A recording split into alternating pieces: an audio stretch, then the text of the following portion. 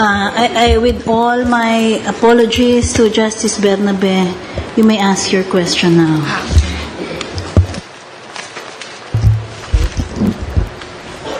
Attorney Noche, many questions have been asked and answered already, but I would just like to summarize your stand and ask few questions. Yes, Your Honor. You said in your earlier statement that contraceptives prevent fertilization. Contraceptives prevent fertilization. That's one of the mechanisms of action, Your Honor. And at this point, we have no problem because there is no life to protect. Yes, Your Honor. Now, when these contraceptive pills fail, then we have a problem because fertilization arises. It may take place. It may take place. And you said that now we have a problem about the implantation of the fertilized ovum in the uterus because of the abortive effects of these contraceptives. Yes, Your Honor. Okay. Now, you have not, of course, given sufficient and conclusive evidence that these contraceptives, hormonal, that prevent implantation. There is none. You mentioned about the journals, but of course these are not conclusive evidence. Yeah, these journals are all saying that, of course there's hypothetical basis that implantation is inhibited. They're all recognizing that there is this effect on the endometrium, which inhibits implantation, Your Honor. Okay, and neither have you presented sufficient and conclusive evidence also that these pills and devices are carcinogenic drugs. Again, Your Honor, those are extensively documented, Your Honor, and we have cited the journals, Your Honor, where this could be found, where the findings would be found, Your Honor, in our petition, in our reply to consolidated comment, Your Honor, which of course, we hope would be taken into consideration by this honorable court. Of course, you will agree with me that these are not conclusive evidence, right?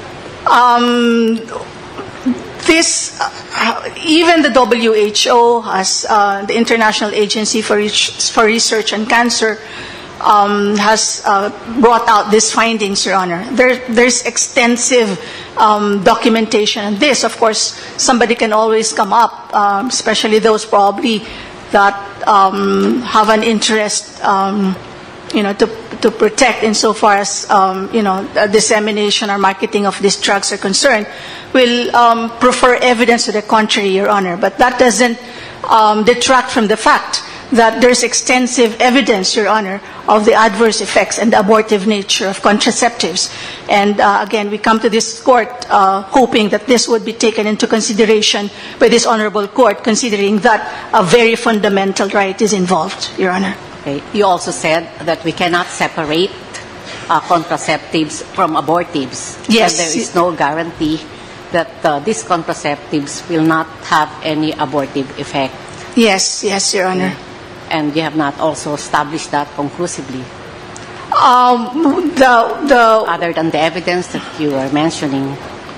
Well, again, extensive documentation of this in journals, and medical textbooks have referred to this, Your Honor. It's not like when you take a contraceptive, you can stop it from taking effect at any point. So it's both contraceptive and abortive, and this are established in medical textbooks and also in medical journals, which have been cited extensively in our pleadings, Your Honor. Now, when you say abortive effect, what do you exactly mean? Does abortion have to arise, or it is enough that the harmful effects are there? The harmful effects are there. It may prevent the fertilized ovum from reaching the uterus, or if it is able to reach the uterus, it's not able to implant, and it's very important for it to implant. And so it's not just the death of the fertilized ovum that we are referring to, because the protection under Section 12 will be rendered meaningless if we only just refer to the death of ovum or embryo. So we also refer to any harm, risk, any risk or threat of harm or injury of any form or degree, whether remote. If you're not amenable to any of the artificial hormonal contraceptives, then what alternatives would you have to prevent unwanted pregnancies or to control birth? To control? Yeah, as a mode of controlling birth control. I mean, apart from the artificial methods, hormonal methods of contraceptives, then what other alternatives would you suggest? I guess practicing... Apart from the natural family planning or fertility awareness.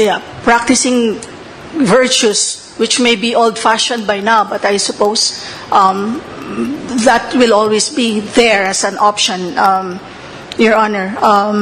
May not be practical, but I suppose it's something that may be considered. And, of course, other safe methods, Your Honor. Natural family planning method may be one of them. Exercising self-discipline.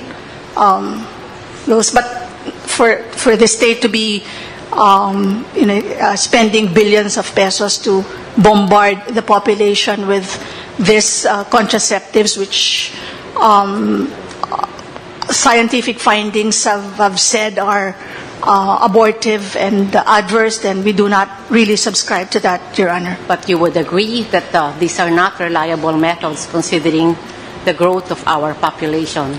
Contraceptives also have not been proven to be effective, Your Honor. Since the 1960s, 1970s, with the creation of POPCOM, the USAID pumped in a lot of, hundreds of thousands of dollars, but still, our population is like this. So nobody can also say for sure that contraception is going to be effective. But would it not be because of the failure of disseminating proper information?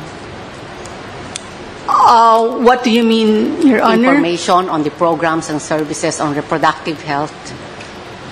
So you're saying that it will not be... It might improve. You're saying that it did not work, the contraceptives did not work even in the past. Yes. But with this dissemination, with the programs and services on reproductive health, under this reproductive health law, don't you think this would be an effective way of regulating birth control?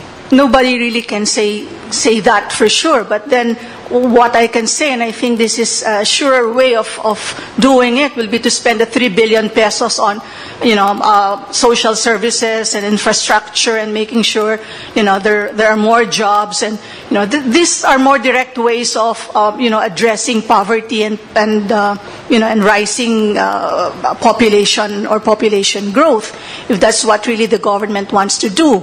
So, but contraception has its negative effects. I mean, I will have to mention demographic winter in other countries. It's an aging population, and they're now trying to reverse it, but because of, nature, people are now beyond reproductive age, so they cannot bear children anymore now that they want more people, so that there's younger labor force. I mean, these are the effects that need to be considered very carefully. Plus, it has also been shown that economic growth is bolstered by a growing population. So, and your fear is the perceived abortifacient feature of the law. Yes, the abortive nature, and of course the money that's going to be spent for that, it's not really going to be sure to address the problem that it's supposed to address. And not only that, the harmful effects on women of these contraceptives. Why spend something and make something a policy if it's not really going to promote the common good. If it's only going to serve interests of some, it has already been proven in the past, contraception didn't really work. But if you put it in something more concrete, something that you can really see, trying to improve healthcare facilities, which is in the RH law, and I will have to admit that that's a very good provision. Improve Medicare facilities, provide prenatal care to women, and then also skilled birth attendance on women. These have been proven to have worked. I mean, they say maternal mortality, but then there is a province, a place in Catarman, Sorsogon, where there was a zero mortality because the local government implemented this skilled birth attendance and provided prenatal care and obstetric care to women and children. So these are alternatives that will have to be looked into, rather than this that not only have adverse effects on women or on people, but then harm the life of the unborn, which the state mandates, which the Constitution mandates for the state to protect. So this is our basic objection here, Your Honor. So you think that the disbursement of public funds for the purpose of implementing this law will not do any good? Yes, Your Honor. It will do more harm. It will do harm. It will not promote general welfare? It will not promote the general welfare, Your Honor. And it's not going to address the problems that the RH law says it addresses. Okay. Thank you, Counsel.